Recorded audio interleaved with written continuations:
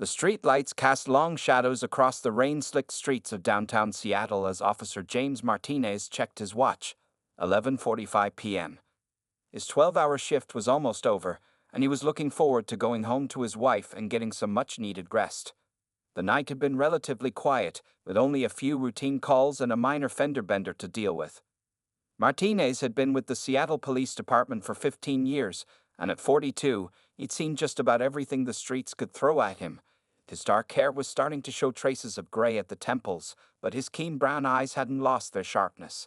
Fellow officers often joked that he had a sixth sense when it came to trouble, and tonight, something didn't feel right. He was driving his patrol car down Morrison Street when the call came through on his radio. The dispatcher's voice crackled with urgency. "All units in the vicinity of Harbor District, we have a report of suspicious activity near Warehouse 17 on Dock Street. Witness reports seeing what appears to be a child being forced into a dark-colored van."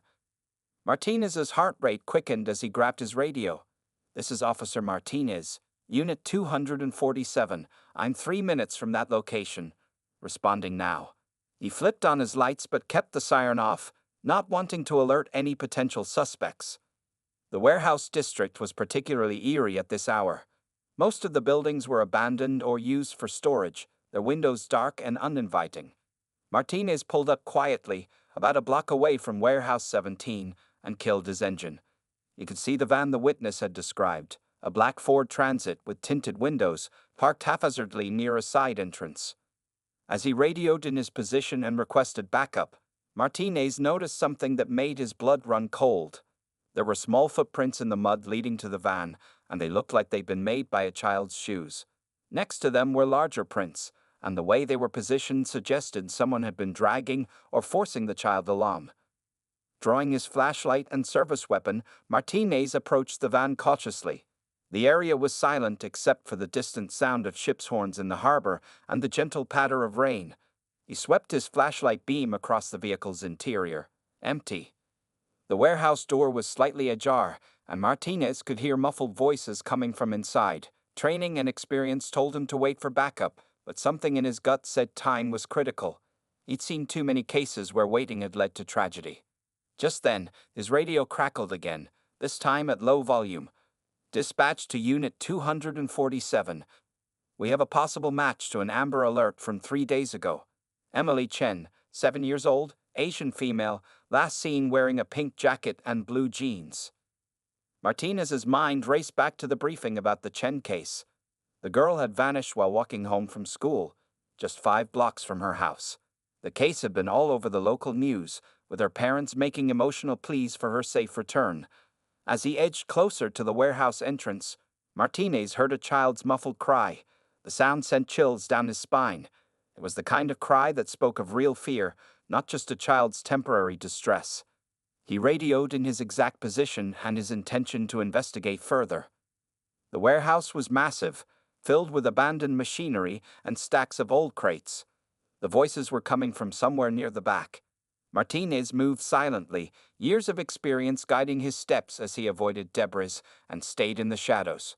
The beam of his flashlight caught movement ahead, and he quickly switched it off. In the dim light filtering through the broken skylights, he could make out 2 men standing near what appeared to be an office area. Between them, tied to a chair, was a small figure in a pink jacket, Emily Chen. Martinez's training kicked in as he assessed the situation. 2 suspects, 1 possible hostage, unknown weapons. Backup was still at least 5 minutes away.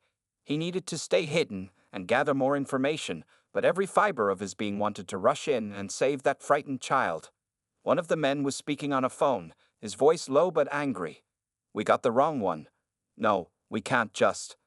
Listen, the boss won't be happy. Yeah, I know what he wants." Martinez reached for his radio to update dispatch on the situation. Just then, a floorboard creaked under his foot, and both men whirled around. The night was about to get a lot more complicated. The sudden noise from the floorboard had put Martinez in a dangerous position. The 2 kidnappers were now fully alert, their attention focused in his direction. He pressed himself against a large metal container, his heart pounding, but his hand steady on his weapon. "Check it out," the larger kidnapper growled to his partner. "Probably just rats, but make sure." Martinez could hear footsteps approaching his position. The second kidnapper, a shorter man wearing a dark hoodie, was moving cautiously between the rows of abandoned machinery, a flashlight beam sweeping back and forth. The officer knew he had seconds to make a decision. Just then, his radio crackled softly, backup announcing they were 4 minutes out. The sound, though faint, was enough. The kidnapper's flashlight beam shot directly toward Martinez's location. "Hey," the man shouted, reaching for something at his waist. "We got company." Martinez didn't hesitate. He burst from his hiding spot, weapon raised. "Seattle police. Don't move." His voice echoed through the warehouse, commanding and clear.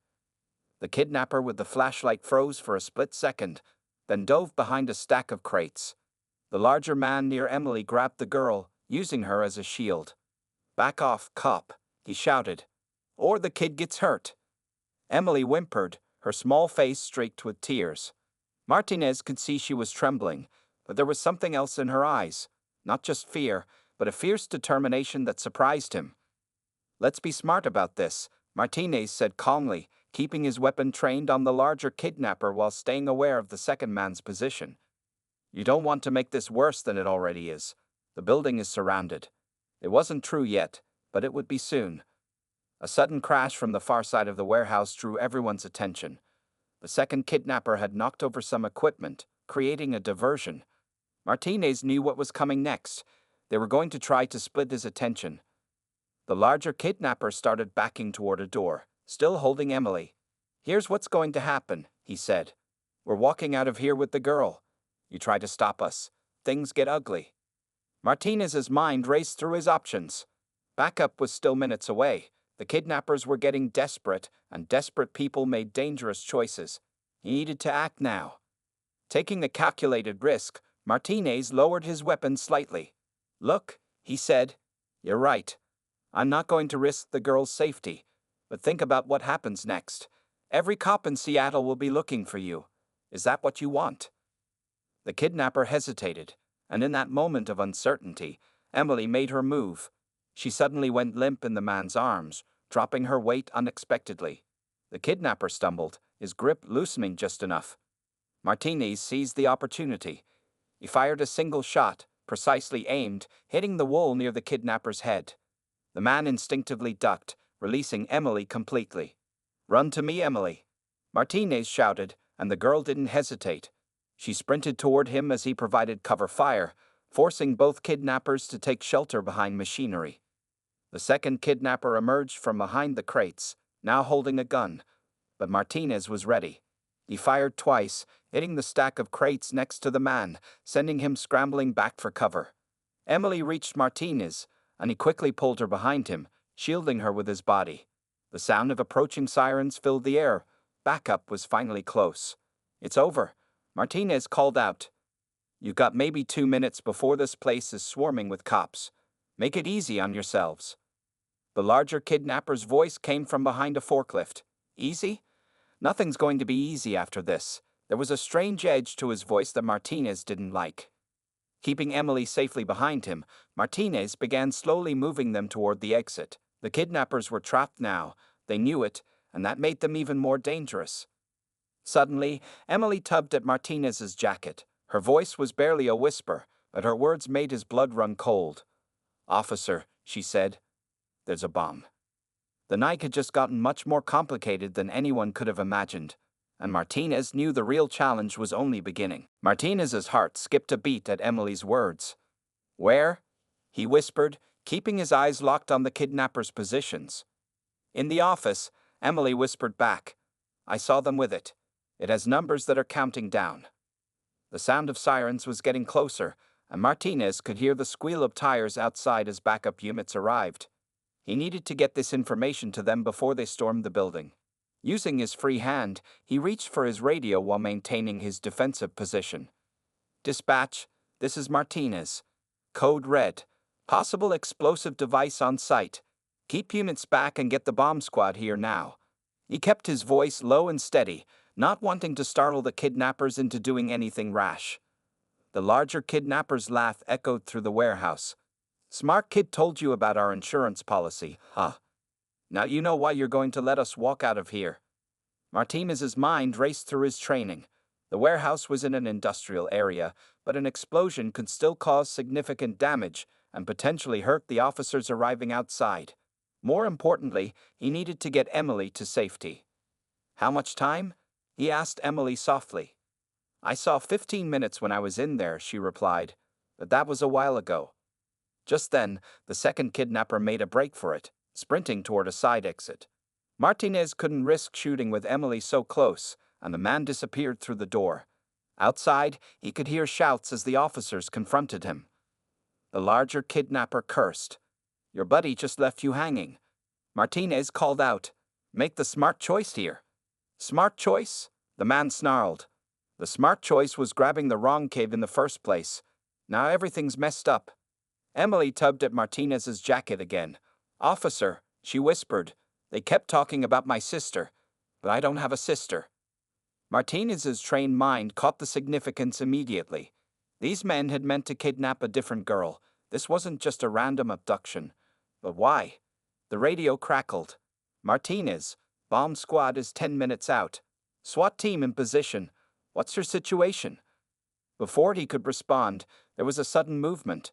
The remaining kidnapper had broken cover and was running, not toward an exit, but toward the office where the bomb was located. "Stay here," Martinez told Emily, positioning her behind a solid metal container. "Don't move until I come back or another officer gets you." Then he took off after the kidnapper, knowing the man might be planning to detonate the bomb early. The chase led them through a maze of old machinery and crates. The kidnapper was fast, but Martinez had spent years keeping himself in top condition. They reached the office at almost the same time. Through the dusty window, Martinez could see it. A device on the desk with a digital display reading 8:42 and counting down. The kidnapper reached for the device, but Martinez tackled him from behind. They crashed into the desk, sending papers flying. The bomb teetered on the edge but didn't fall. The two men grappled on the floor, trading punches. The kidnapper was strong, but desperation made him sloppy. Martinez managed to get the upper hand, pinning the man face down and securing his hands with handcuffs. Looking up at the bomb's display, now reading 8:13, Martinez dragged his prisoner out of the office. His radio had fallen during the fight, but he could hear voices approaching. SWAT team members in full gear appeared, securing the area. "Bomb in the office," Martinez shouted. 8 minutes. Get the building cleared." As officers rushed the kidnapper away, Martinez ran back to where he'd left Emily.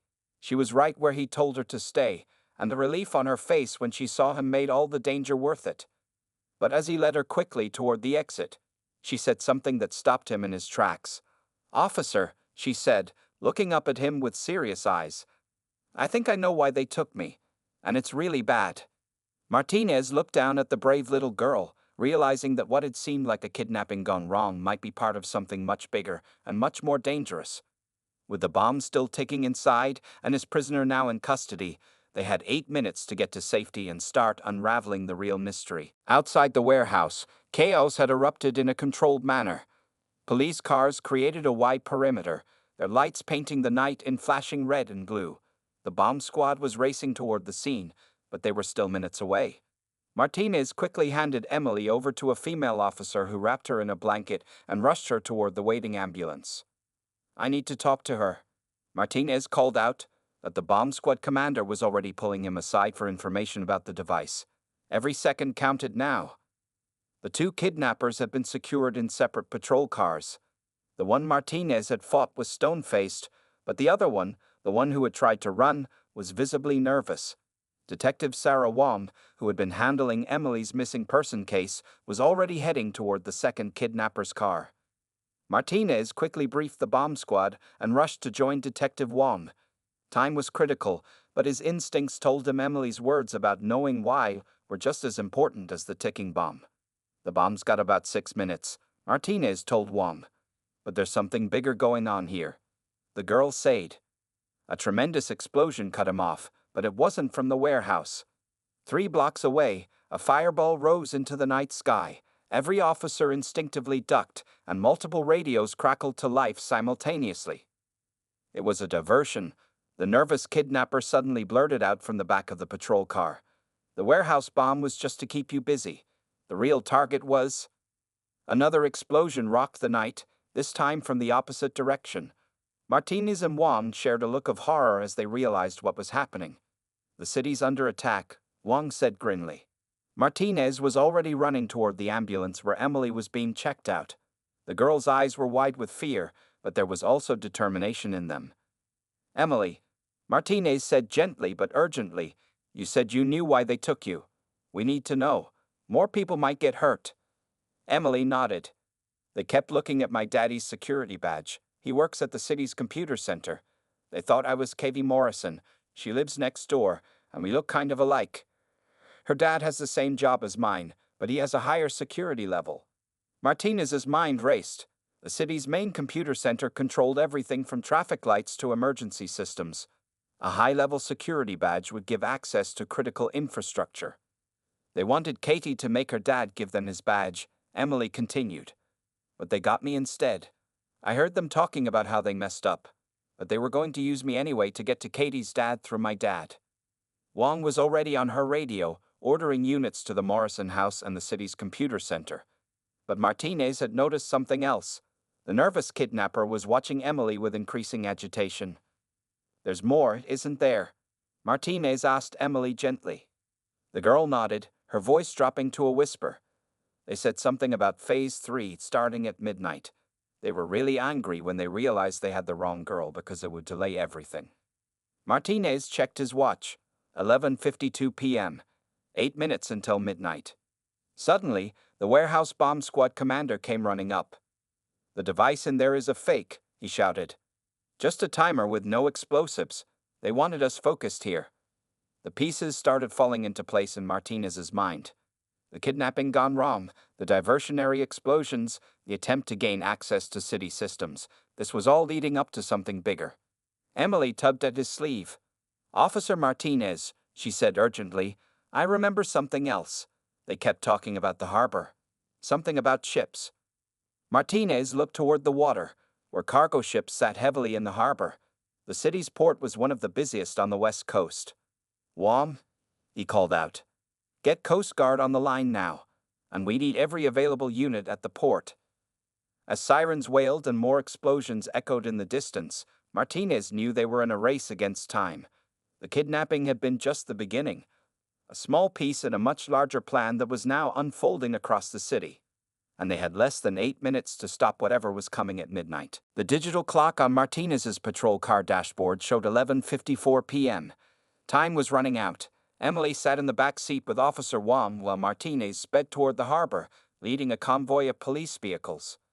The girl had remembered more details that painted an increasingly alarming picture. "They said the ships were just the start," Emily explained, her small voice steady despite the chaos around them. "They kept talking about something called the Blackout Protocol." Wang was rapidly typing on her laptop. "The port's computer systems control all the shipping traffic, crane operations, and security measures," she reported. "If someone gained access, they could create chaos." Martinez finished grimly, swerving around a corner. The harbor's lights glowed ahead of them, a forest of cranes and container ships silhouetted against the night sky. His radio crackled. "All units, be advised. Coast Guard reports unusual movement patterns from 3 cargo vessels in the harbor. They're not responding to hails." Another explosion rocked the city behind them, closer this time. The diversions were getting nearer to the harbor. Martinez's phone rang. It was the bomb squad commander. "Martinez," we interrogated the nervous guy, the commander said quickly. He broke. "This isn't just about the port. They're planning to crash the ships into the fuel terminals. The explosions in the city were to stretch emergency services thin." Emily suddenly leaned forward. "The numbers," she exclaimed. "In the room where they kept me, there was a whiteboard with numbers. I memorized them because I was so scared and needed something to focus on." Martinez glanced in the rearview mirror. "What numbers, Emily?" 7 to 29 to 45 to 1, she recited. They kept checking them and saying they were the key. Wang's fingers flew across her laptop. "Those could be coordinates or an access code. I'm sending them to the cyber unit now." They reached the harbor gates, where a group of port security officers were waiting. Martinez barely slowed down as they waved him through. It was 11:57 p.m. Movement on the water. Someone shouted over the radio. 3 vessels are turning toward the fuel terminals. Martinez pulled up to the harbor master's office, lights flashing. As they rushed inside, Emily suddenly stopped and pointed at a computer screen through the window.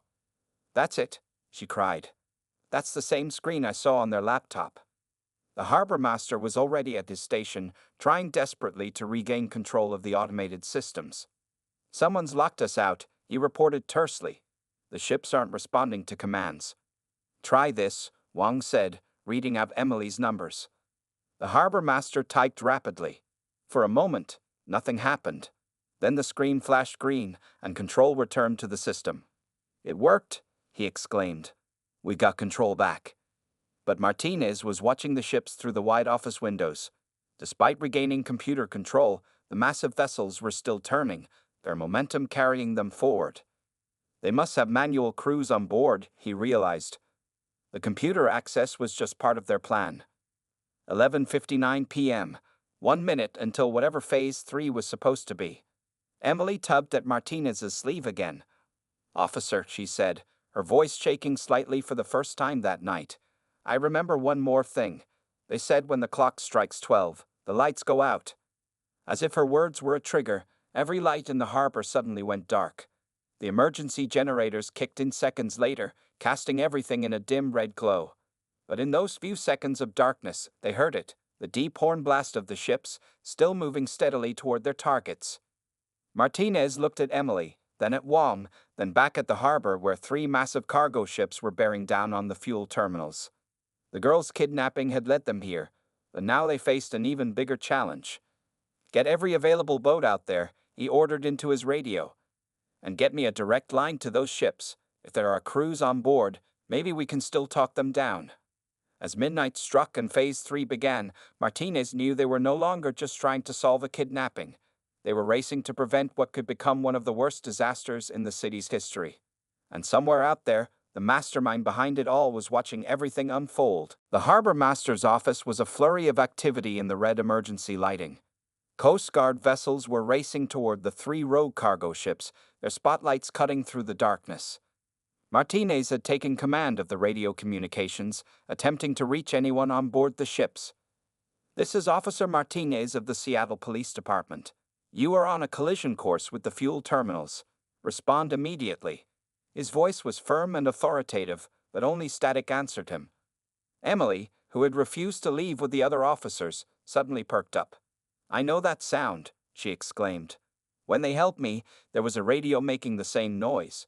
But it wasn't just static, it was a pattern." Wang quickly grabbed a notepad. "Can you remember the pattern, Emily?" The girl closed her eyes, concentrating.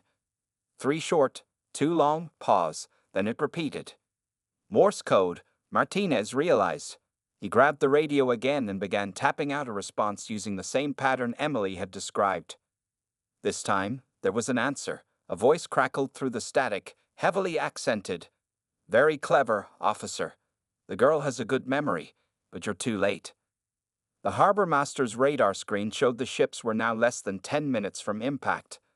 At their current speed, even with Coast Guard intervention, at least one would reach its target. "Who are you?" Martinez demanded. "What do you want?" The voice chuckled. "Want? We already have what we want." The girl was a bonus, a mistake that worked in our favor. She led you exactly where we needed you to be. Emily suddenly grabbed Martinez's arm. "Officer, the whiteboard, it had another set of numbers.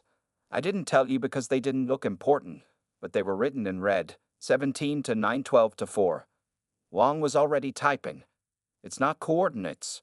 "Wait. Could it be a container number?" Martinez turned to the harbor master. "Can you locate container 17 to 912 to 4?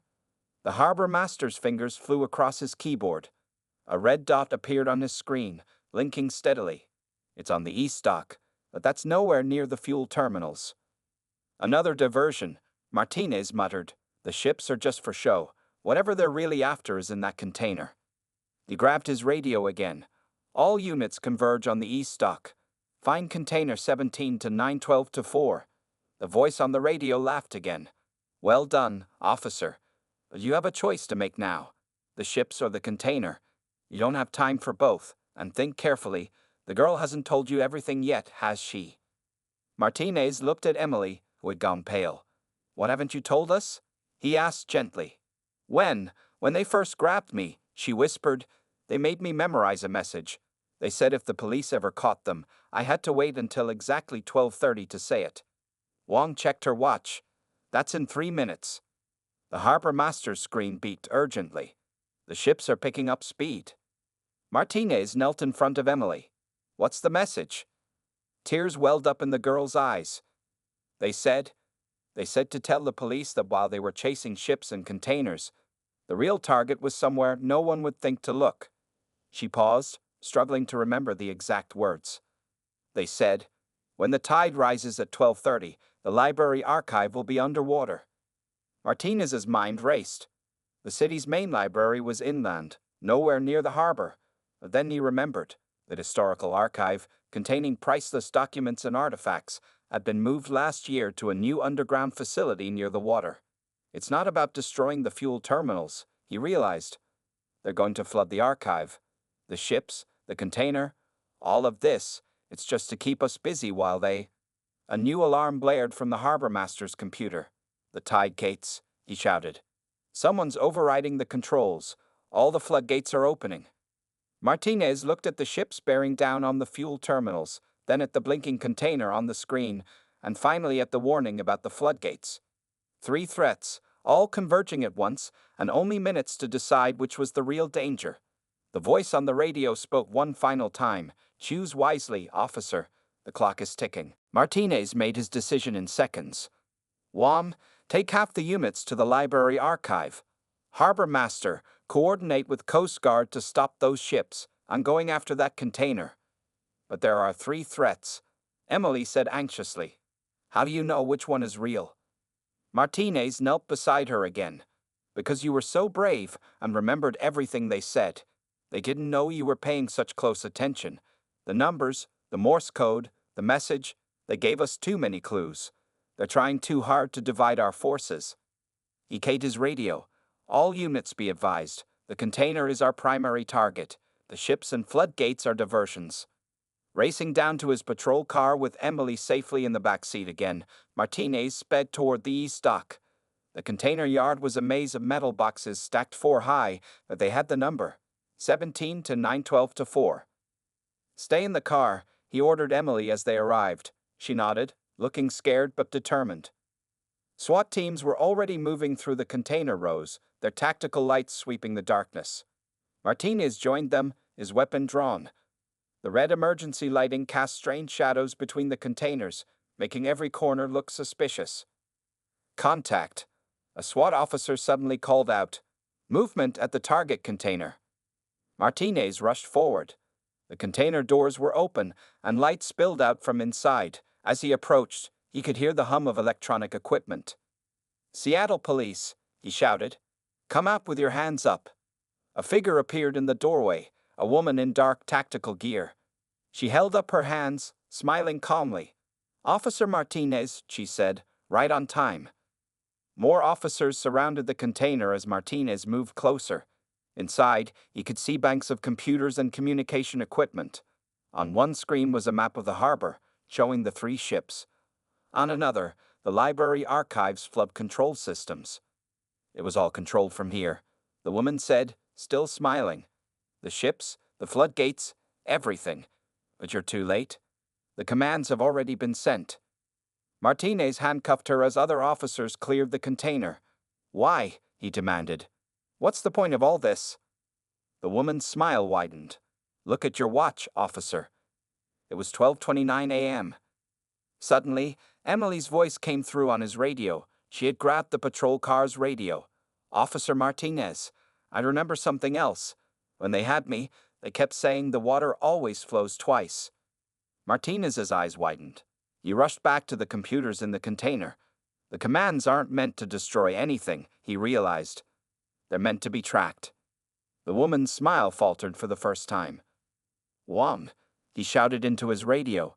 It's not about flooding the archive. They wanted us to trace their signal path. They're using our own emergency protocols to map the city's entire digital infrastructure. At exactly 12:30 a.m., All the screens in the container lit up with streams of data. The ships in the harbor suddenly cut their engines. The floodgates began closing on their own. "Get cyber unit here now," Martinez ordered. "We need to lock down every system they accessed." The woman was no longer smiling. "Not bad, officer. Especially with help from a 7-year-old girl. But you still don't have everyone." As if on cue, Martinez's phone buzzed with a message. It was from an unknown number, containing only an image. A photograph of Emily's father's security badge laying next to today's newspaper. "You have the ships, the container, and me," the woman said quietly.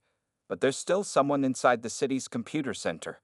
Someone who's been very busy while you were chasing us around the harbor." Martinez looked at the message again, then at the woman, understanding dawning on his face. The kidnapping, the ships, the archive, it had all been an elaborate plan to create the perfect distraction. And somewhere in the city's most secure facility, the real attack was just beginning. "Emily," he called through the radio, "I need one more favor. Try to remember. Did they ever say anything about your father's workplace? Anything at all?" The girl's voice came back strong and clear. "Yes, they said that's where the skeleton key is hidden." Martinez's jaw tightened.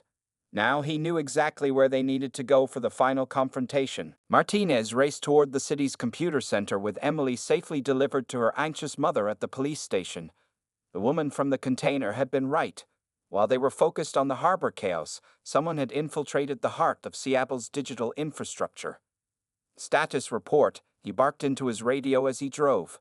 "All ships secured," came the first response. "Coast Guard has crews in custody." "Archive is safe," Wong added. "Floodgates are under control." But it was the next transmission that worried him most. "Computer center security has been breached. We have multiple down systems and one injured guard." Martinez pulled up to the massive glass building that housed the city's digital nerve center. SWAT teams were already in position, but they couldn't risk going in aggressively, not with so many critical systems at stake. "Emily's father?" he asked the incident commander. "Safe. Found him locked in a supply closet. Says someone used his badge but knew passwords he'd never shared." Martinez thought back to everything Emily had told them. "The skeleton key," he muttered. They weren't talking about a physical key. They meant a master password. He took out his phone and called the station where Emily was waiting. When she answered, he asked, "Emily, I need you to think hard. Did they ever work on any computers when they held you?" "Yes," she replied quickly. "They had a laptop. They kept typing the same thing over and over, but it never worked. They said something about trying all the combinations." "What were they typing?" "Numbers and letters, but they always started with SK and ended with your badge number." Martinez froze. "My badge number? Are you sure?" "Yes, I remembered it because it was the same as my birthday, 2317. Everything suddenly clicked into place. The kidnapping wasn't random. Even their mistake in grabbing Emily instead of Katie Morrison wasn't a mistake. They had wanted her because they knew Martinez would be the responding officer. They had studied his patrol patterns. They needed his badge number combined with the high-level access Emily's father's position provided. Together, they created a master password that could unlock every system in the city. Martinez rushed into the building, heading straight for the main control room. Inside, a lone figure sat at the central console, fingers flying over the keyboard. "It's over," Martinez called out, weapon drawn. "Step away from the console." The figure turned. It was a man he recognized from old case files. Thomas Chen, a former city worker who had been fired for trying to install secret access points in the system. "Officer Martinez," Chen said calmly. "Or should I say, SK 2317. Your badge number was the final piece we needed." "You used my badge number because you knew I'd be investigating Emily's kidnapping," Martinez said. "You wanted me involved from the start." Chen smiled. "A senior officer with a perfect record of solving cases. Your badge number would never raise suspicions in the system, especially when combined with top-level credentials, the perfect skeleton key. And now you have complete access to every system in the city," Martinez added, keeping his weapon trained on Chen. "Had complete access," Chen corrected, standing up. "While everyone was distracted by ships and floodgates, I finished what I came to do. Every backdoor is installed. Every secret access point is in place. Even if you arrest me, we'll always have a way back in. Martinez smiled for the first time that night. That's what you think. But you forgot about one thing. Emily didn't just remember numbers and passwords. She remembered exactly how your laptop looked when you were typing them. Chen's confident expression faltered. Our cyber unit has been watching everything you've done, using your own backdoors to track every change you made. They've been undoing your work in real time. As if to confirm his words, the screens around them suddenly flickered and went dark. When they came back on, all systems were locked and displaying the SPD cyber unit's shield. It's over, Chen. For real this time. As Martinez read him his rights and led him away in handcuffs, he couldn't help but think about the brave little girl who had made it all possible. Emily's attention to detail and remarkable memory had not only helped them stop a major cyber attack, but had also protected the city from future threats. Later that night, as the sun began to rise over Seattle, Martinez sat at his desk writing his report. There would be commendations and ceremonies later, but for now, he was content knowing that a child's courage and a police officer's trust in her had saved the day. The end.